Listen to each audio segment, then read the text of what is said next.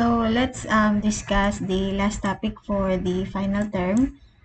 This is the shear strengths of soils, no? Chapter 7. For topic outline, we'll learn the more column failure criterion, laboratory test for the determination of shear strength parameters, shear strength of saturated cohesive soils, and shear strength of saturated cohesionless soils. For intended learning outcomes, you will be or you can explain the more column failure criterion, laboratory, and you will know the laboratory and field test for the determination of shear strength parameters and can evaluate the shear strength of a soil mass. For the definitions, firstly, we have to define the terms that are needed in our in this lecture video. A normal load or force is one which acts parallel to the normal, that is at right angles to the surface of an object. That is a normal force. For the shear load or force is one which acts along the plane of the surface of an object. So if this is the object that you are going to consider,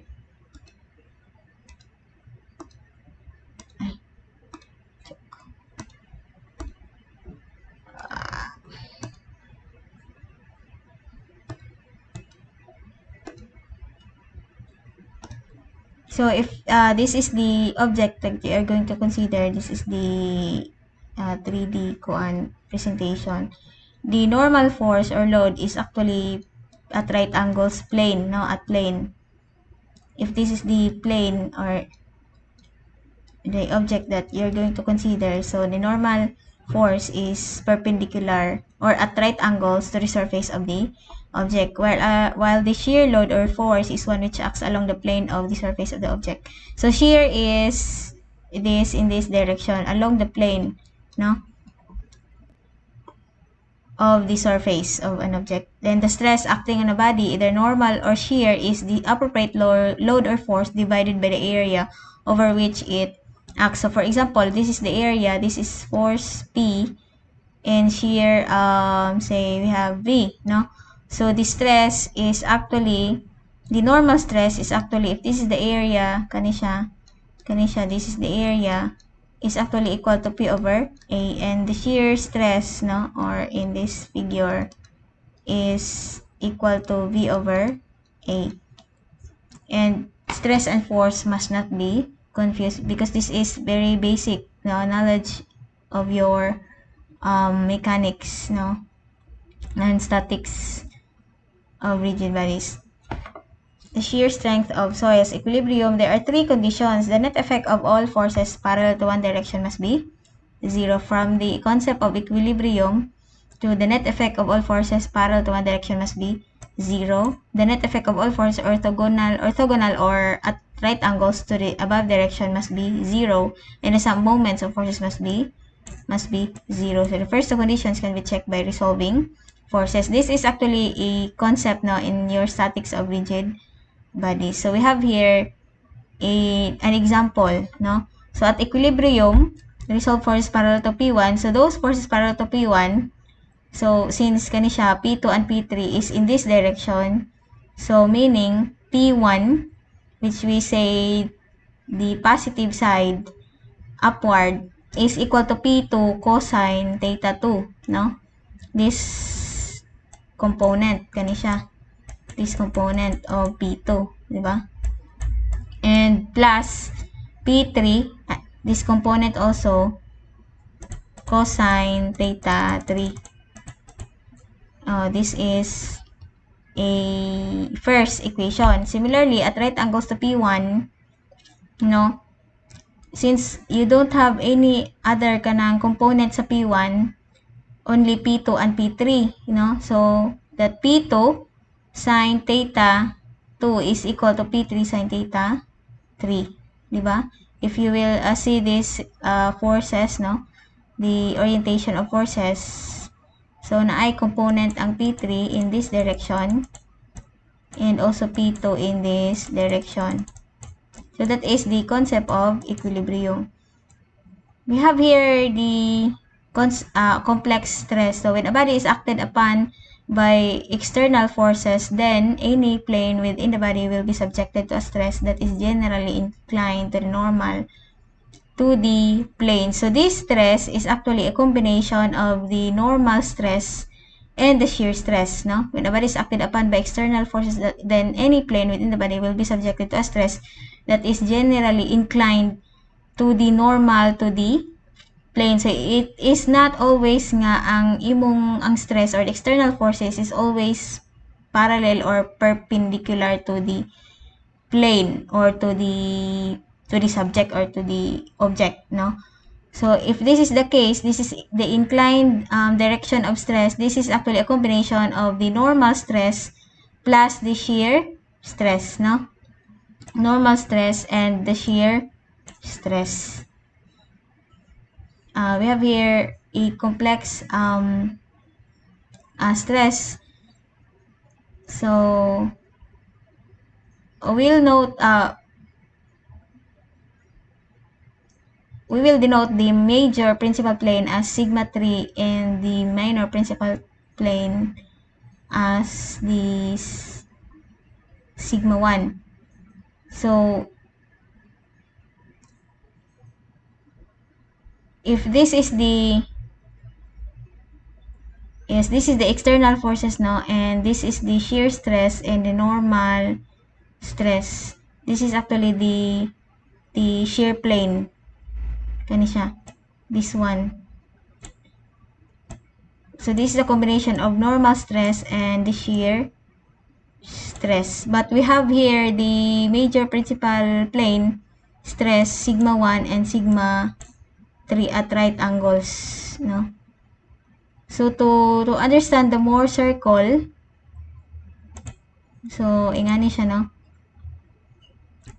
The Mohr circle, we have here a circle. This is the minor stress. I think bali ni siya, no? Minor principal stress and the major, no? Sigma 1. And you have here the alpha. So that the normal stress is actually equal, no? From the Mohr circle, the derivation result is actually the normal stress is equal to sigma 3. This is the minor principal stress plus sigma 1, the major principal stress, minus sigma 3 cosine theta squared, no? So, your theta here is actually this theta. Kani siya nga angle. This is your theta. And the shear stress is equal to sigma 1 minus sigma 3 over 2 sine 2 theta, the locus of stress condition for all planes through a point. The same slide naman siya. So, we have here strength of different materials. For steel, no? The strength of steel is actually tensile strength. And the strength of concrete is compressive strength, while soil is shear strength. So, there is a presence of pore water pressure, no? Because this is soil. So, naakay criteria or kanang effect sa water nga pressure, which is a complex behavior, no? Unlike sa steel and concrete, which is only tensile strength and compressive strength. To better understand the shear failure of soils, we have here a representation. Soils generally fail in shear. So, we have here a footing, no? A strip footing. So, ang failure ni mo ani is this failure line. This is the failure surface. Mobilized by shear resistance, no? And also, an example is an embankment, no? This shows kanisha is a failure surface and there is a mobilization, no, na ay kanang shear resistance pud ani nga surface no na ay mobilized shear resistance ani. So in this part, this is the critical part nga mo fail ang soil, no, or the embankment, no. So at failure, the shear stress along the failure surface mobilize shear resistance reaches the shear strength. So this in this failure surface, nagmobilize ang shear resistance hangtod nga moabot siya sa iyahang shear strength or sa iyang capacity nga diha ra siya taman. Then mo fail na dayon ang for example embankment, no, or mo fail na dayon ang soil. So we have here a retaining wall, no. Soils generally fail in shear. So what happens to this retaining wall is mahimo siya ani. Soil generally fail in shear. So we have here retaining wall. So ang mahitabo is there is a mobilized shear resistance then hangtod moabot siya sa iyang shear strength capacity. Then this is the failure surface, no. Then another is the same concept from to ganina. The soil grains slide over each other along the failure surface. So there is no crushing of individual grains, no. So there is no crushing, meaning the frictional force is dili siya makatabang because there is no crushing of individual grains. So that is why, So to enlarge the idea, we have here a failure surface. Then this kani siya, if you try to enlarge that one,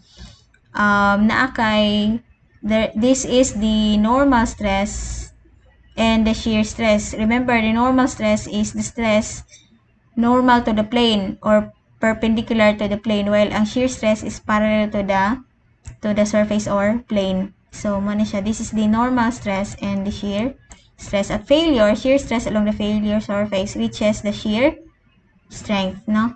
Reaches the shear strength. This is why mo fail ang soil in shear. In more column failure criterion in terms of total stress, no? This is the relationship. This is the maximum shear stress, which is T sub F stress the soil can take without failure under normal stress of sigma. Can take without failure, meaning this is the capacity, no, this is the maximum shear stress or capacity of the soil nga without failure, no. So this C is the cohesion.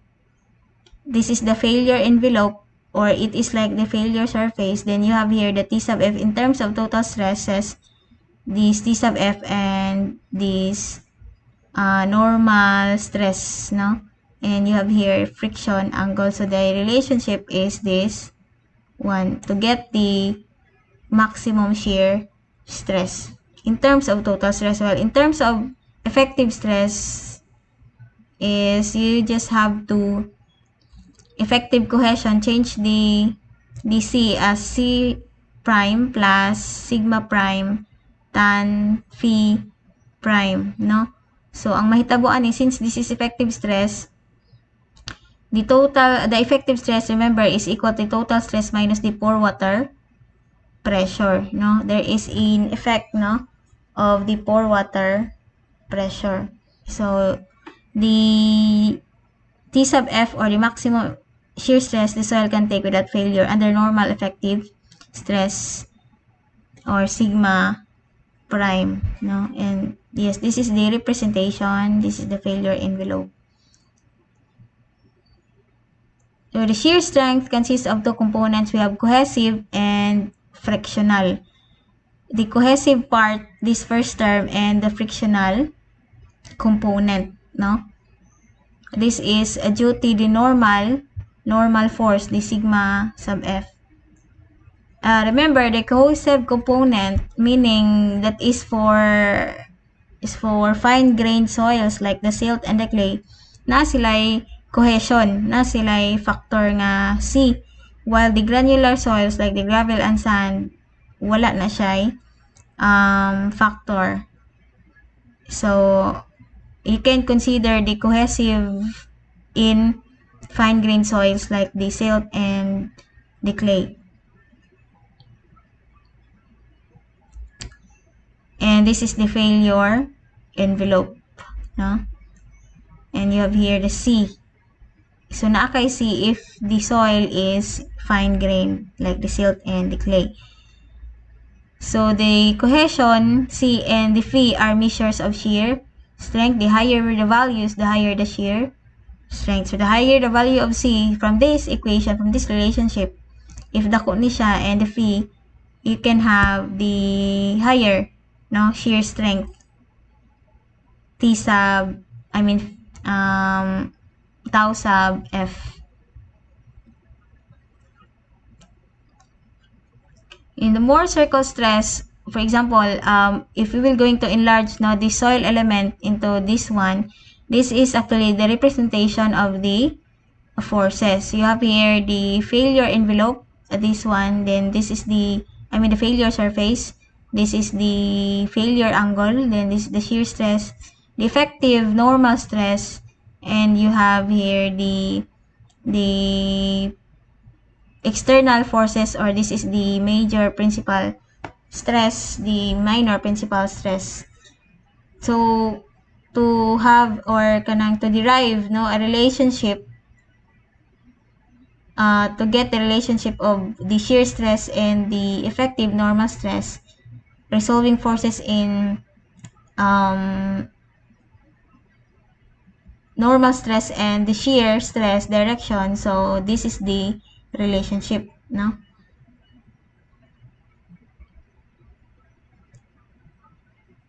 So, this is the same as this one. So, to represent this one into more circle stress, so mo ni siya, kani siya is mahimo ni siyang ingani, no?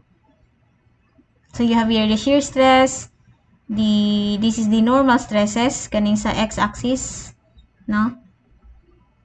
And the ratio, or this angle, this radius is the major principal stress minus the minor principal stress divided by 2. So, mo na siya. Again, the same concept continuation ganina. This one is represented by this more circle of stress. And this is the PD, pole with respect to the plane.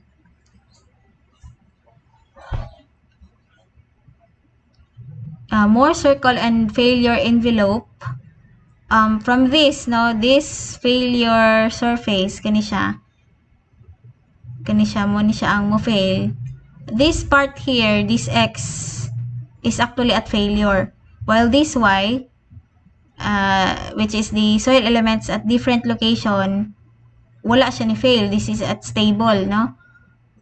Kung inyong tanawon, ang X soil, this X soil is along this failure surface. So, if you try to plot this one in the more circle, ingani siya. So, at this X soil, niabot ang point, this is the failure envelope. So, niabot ang point nga ni fail siya, no? This part here. So, nakakuan siya sa failure envelope. So, muna ang ingani ang iyahang representation. And the Y soil is stable. Wala pa man siya kaabot sa failure envelope. This is the failure envelope. So, meaning, stable siya. Pero, naabot na siya dito, dire, failure na siya, no? Ni-fail na siya. So, the soil element does not fail if the more circle is contained within the envelope. So, for example, this one, initially, more circle is at a point.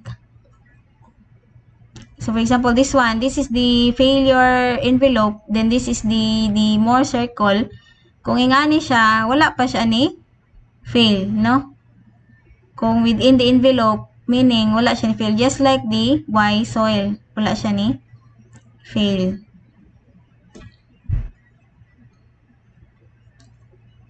And as loading progresses, so syempre, as loading progresses, magtikataas ang imuhang circle, mas tikaas. So, maabot ang point nga maabot sa iyahang failure envelope like this one, no? As stresses increases or loading progresses.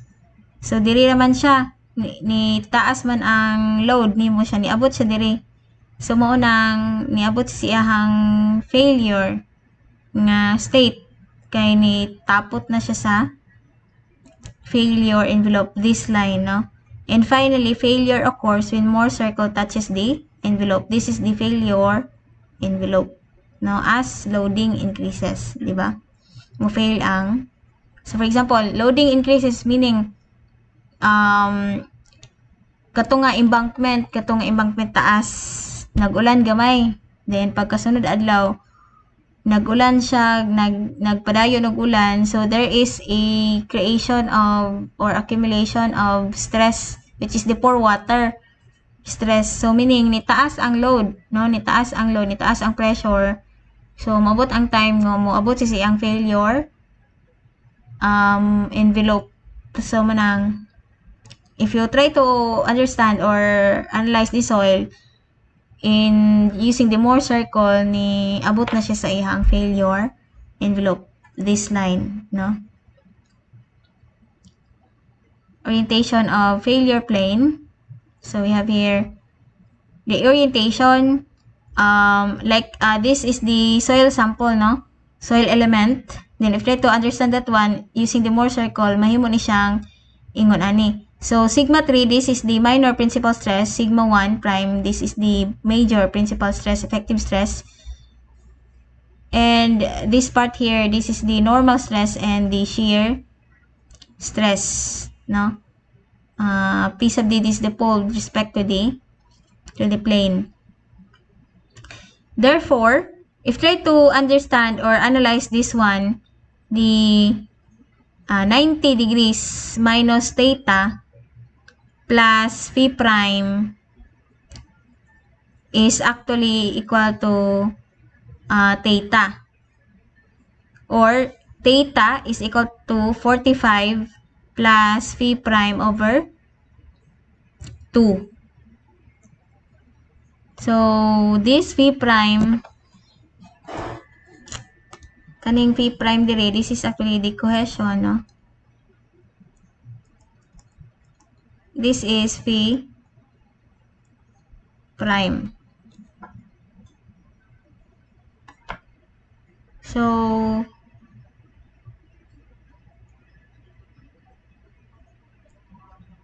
if this is,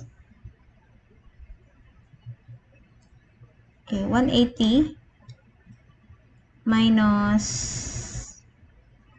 say this is beta minus theta minus phi, okay, 180 plus beta plus, or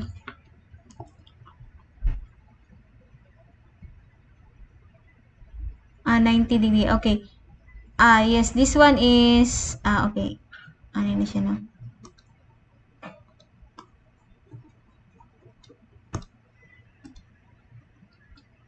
So, this one, kani siya dire. This is 90.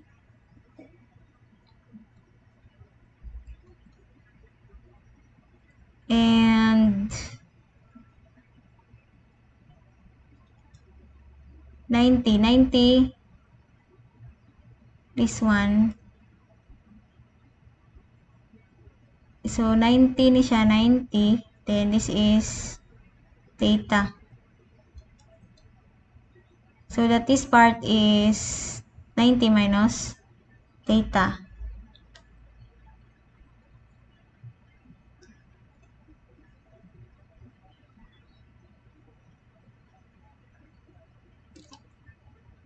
Then, 90 minus theta plus phi prime is theta.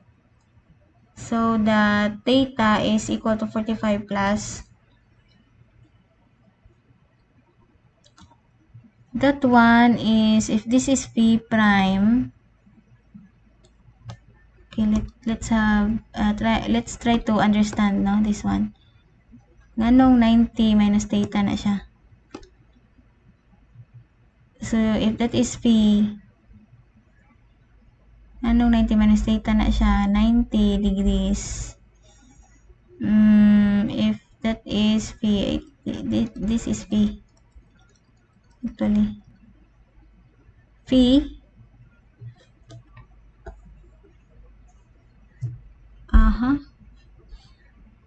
Then,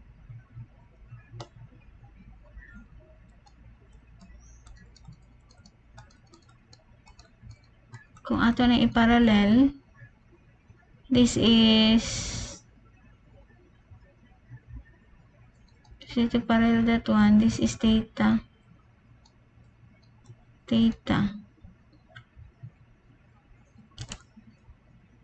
90 minus this is P. This is P. Then 90 minus theta.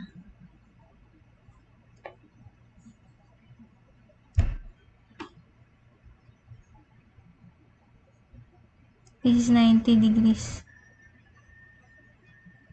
This is tibog man siya, no?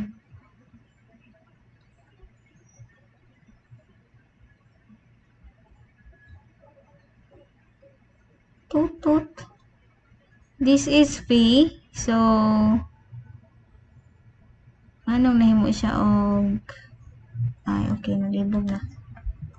If this is P, this is 90 degrees, dapat this is theta also, diba? Anyway,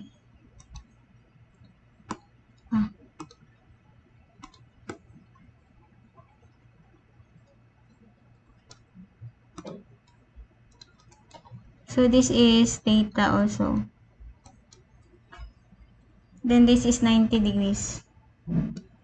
So 90, this angle here, 90 minus P, minus theta plus P prime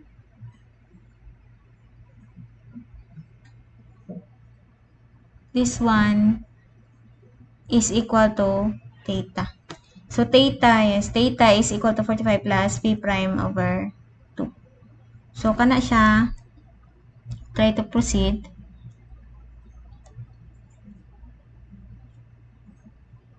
Failure plane oriented at 45 plus P over 2 to horizontal. So this one, no? This angle to horizontal is, yes. The failure plane oriented at 45 plus this, no? This representation to horizontal. Muna siya ang 45 plus P over 2. Meaning the failure plane oriented at with the horizontal, no? 45 plus P over 2.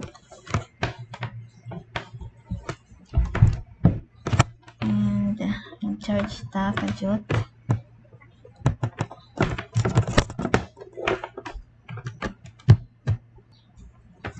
Okay. Then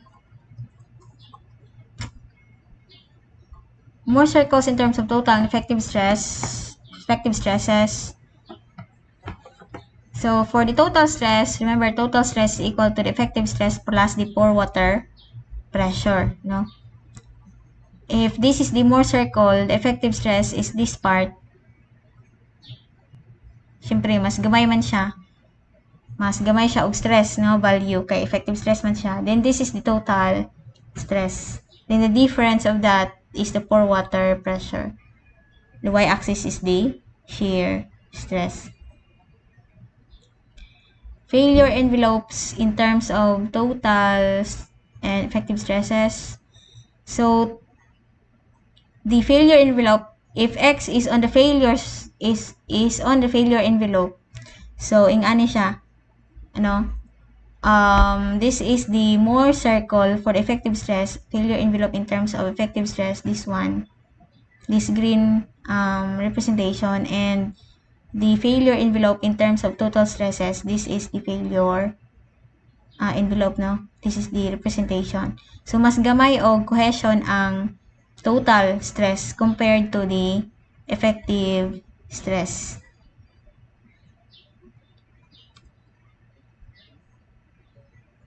More circle, a more column failure criterion with more circle of stress. So, don't kanang, ay lang ninyo libog inyong utok, no? With this, with this equation or with this formula, because this is derived from this one, pero not necessarily nga you have to know also, dili necessary nga imo gid siyang i-derive pod, no?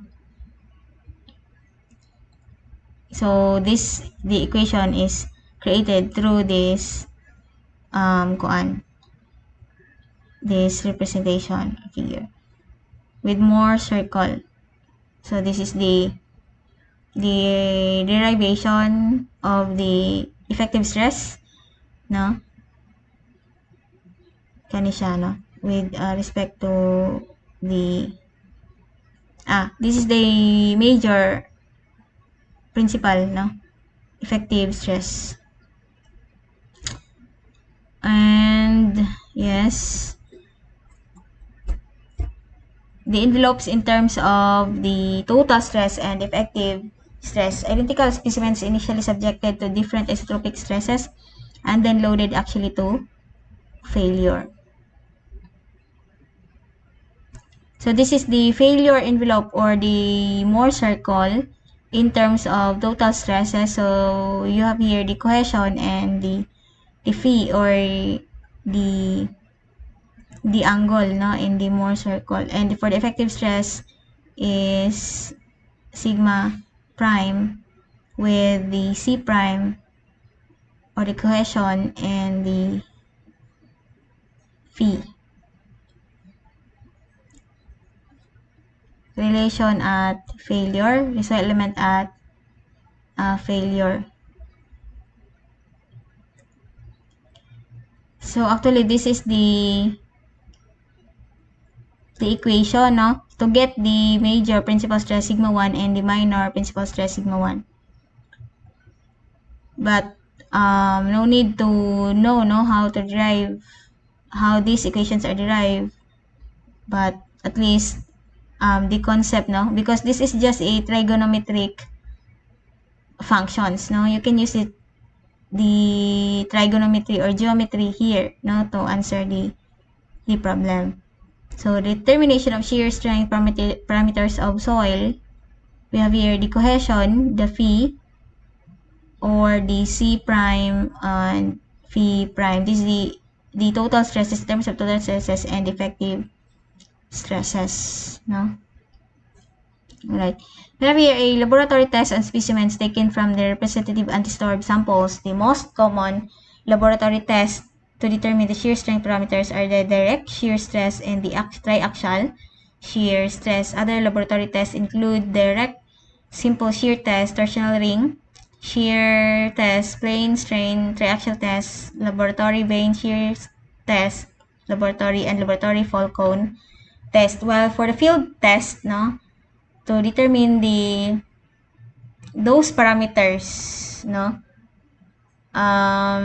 we can use, no, these field test parameters or kanang apparatus like the vane shear test, stir vane, pocket penetrometer, full cone, pressure meter, static cone penetrometer, and standard penetration test. So we have here laboratory test, no, for in the field conditions. So we will get a representative soil sample before the construction, then also a representative soil sample after the and during the construction, then at depth from the footing at depth Z. Then yes, for the laboratory test, simulating field conditions in the laboratory, Then you can use triaxial test or direct shear test, no? Representative soil sample taken from the site. Step 1 is to set the specimen in this apparatus and apply the initial stress condition. Then step 2 is apply the corresponding stress conditions. Now this for the triaxial test, this is the representation, and for the direct shear stress, this is the representation. Schematic diagram of direct shear test apparatus. So muna siya ang diagram. But we will not look deeply or understand deeply how to use this apparatus. So as we know, for the purpose of direct shear test and triaxial shear test is for laboratory test to get the parameters, no? Like the external forces or the major principal forces, the normal stress, and the shear stress. So we have here a procedure, no? Direct shear test is most suitable for consolidated drained test, especially on granular soils. Example, sand or stiff clays, no? Ang direct shear test. Suitable siya for granular soils or for those soil nga consolidated drained. Consolidated drained meaning drained diretso ang water, no? For the preparation of sand specimen, we have here the porous plate, the components of shear box, and yes, the preparation of sand specimen. So ibutang siya diri sa something square, no? Continuation for the preparation for the direct shear test. Then leveling. After pouring the sand, you have to level the top surface of the specimen. Then cover with the pressure plate. Specimen prepared. Preparation completed. Then ibutang siya sa apparatus. This is the porous plates. So this top and bottom. Then we have here steel ball, pressure plate, and a proving ring to measure the shear force. Then step 1 is apply a vertical load to the specimen and wait for the consolidation. Meaning consolidation is the drain of the water, no? Then lower box is subjected to a horizontal displacement at constant rate. So this is the shear box, the loading frame to apply the vertical load. Okay, dili siya ibutang. Then dial gauge to measure the vertical displacement, and proving ring to measure the shear force, and dial gauge to measure the horizontal displacement. Then for the analysis of test results, we have here normal stress is equal to normal force kung pila tong nabutang divided by the area. This is the area of the cross-section of the sample. And for the shear stress, shear resistance developed at the sliding surface divided by the area of the cross-section of the sample. Note that the cross-sectional area of the sample changes with horizontal displacement. Okay. Then, this is the stress-strain relationship for the different kind of soil. Like we have here dense sand or the over-consolidated clay, the OC clay, and the loose sand or the normal consolidation clay, no? This is shear stress versus the shear displacement. So notice nga at dense sand or overly consolidated clay, increasing the shear stress, gamay ra iyahang displacement. Bisag dako ang iyahang shear stress, no? But kining loose sand, gi-increase nimo ang shear stress, grabe na din iyahang shear displacement. And also with this, no, compression and expansion relationship with shear displacement. Kung tanaw ninyo ang dense sand or the overly consolidated sand, the expansion is greater, no? While the loose sand or the normally consolidated clay, the compression is evident or makita nimo ang compression, while katong dense sand is on expansion side.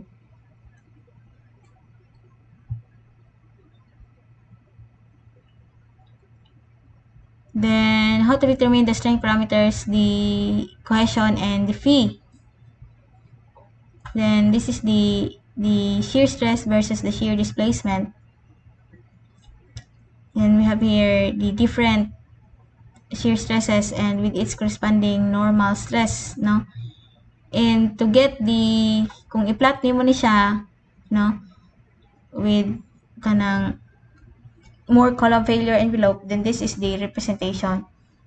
And by that, you can get the phi, no? Some more important facts to strength parameters, cohesion, and phi of the sand. The sand is cohesionless, hence C is equal to 0. Like the gravel and the sand, ang C ni mo na is 0 or the cohesion. Kay wala siya cohesion. And for the direct shear test are drained and pore water pressures are dissipated. Hence, the U is equal to 0. Therefore, the phi prime is equal to, the effective, no, stress phi prime is equal to the total stress phi. And the C prime or the cohesion for sands, now remember for sands is equal to 0. While for the direct shear test on clays, in case of clay, horizontal displacement should be applied at a very slow rate to allow dissipation of pore water pressure. Therefore, one test would take several days to finish. Failure envelopes for clay from drain direct shear test. We have here a shear test versus the normal force. For the overly consolidated clay, meaning the C prime or the cohesion is not equal to 0, meaning na value sa 0. Remember, this is the overly consolidated, the C. Ni? So, na siya cohesion. In this more circle, more column failure envelope. Then, for normally consolidated clay, C prime is equal to 0. So, mo ni siya.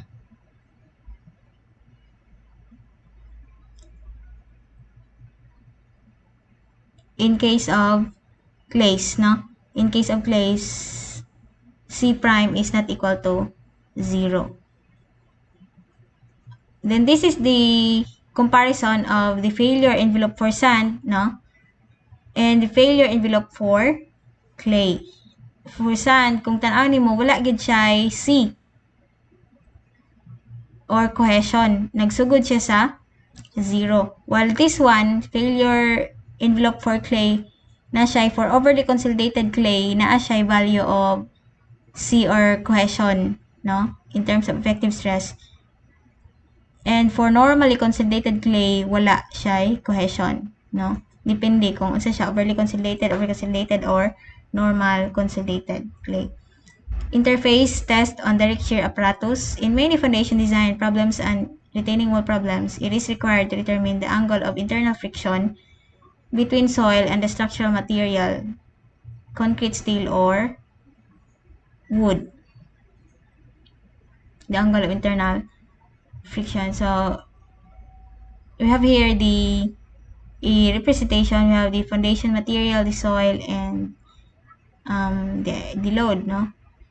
So, to get the shear stress is C sub alpha plus effective stress tan delta, no? The C sub A is the adhesion for this case, and this angle, no? This delta is the angle of internal friction, no? If that is the kanang result of the apparatus, depende, then you can use this relation to get the value of your shear stress. The direct shear test on soils. Advantages of direct shear apparatus. Due to the smaller thickness of the sample, rapid drainage can be achieved. Can be used to determine interface strength parameters. Clay samples can be oriented along the plane of weakness or an identified failure plane.